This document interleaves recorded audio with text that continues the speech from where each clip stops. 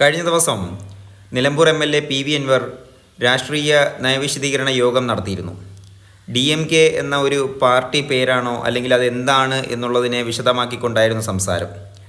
Democratic movement of Kerala എന്ന് പറയുന്നൊരു സാമൂഹിക സംഘടനയായിട്ട് ഒതുങ്ങാനാണ് ഇപ്പോൾ നിലവിൽ തീരുമാനിച്ചിരിക്കുന്നത്.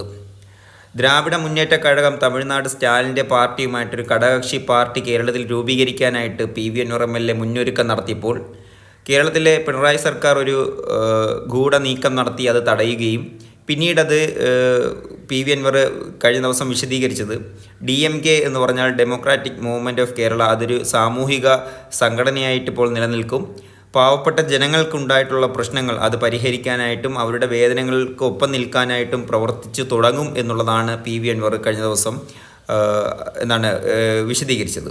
ഇതിനോടകം തന്നെ ഇത് വലിയ രീതിയിലുള്ള ചർച്ചാ വിഷയമായി. കാരണം ഒരു പാർട്ടി രൂപീകരിക്കുമെന്നായിരുന്നു തുടക്കം.